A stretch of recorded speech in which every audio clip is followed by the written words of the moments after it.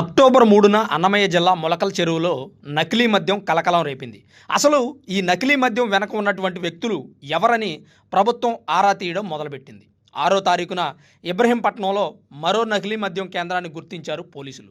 దానికి సంబంధించినటువంటి ఏఎన్ఆర్ బార్ను కూడా సీజ్ చేశారు. 10వ తారీఖున ఈ నకిలీ మద్యానికి సంబంధించిన జనార్దన్ రావు అనే వ్యక్తి ఆఫ్రికా నుంచి విజయవాడ రావడంతో పోలీసులు అతన్ని అదుపులోకి తీసుకున్నారు.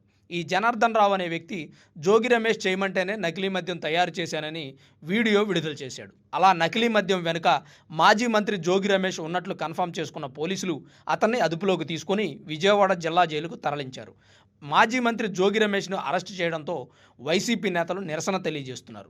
వైఎస్ జగన్మోహన్ రెడ్డి ముఖ్యమంత్రిగా ఉన్న సమయంలో నకిలీ మద్యం తయారు చేసిన వ్యక్తుల్లో జనార్దన్ రావుది కీలక పాత్ర ఉందన్నట్టుగా అనుమానిస్తున్నారు పోలీసులు. గత ప్రభుత్వం నడిపిన మద్యాన్ని ఆపేసి కూటమి ప్రభుత్వం అధికారంలోకి వచ్చిన తర్వాత నాణ్యమైన మద్యాన్ని సరఫరా చేస్తోంది.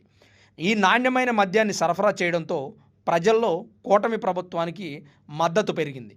కూటమి ప్రభుత్వాన్ని బ్యాడ్ చేయడానికి, మళ్ళీ నకిలీ మద్యం తయారు చేయడానికి జనార్దన్ రావుని ఆంధ్రప్రదేశ్ జోగి రమేష్ పిలిపించారని సమాచారం.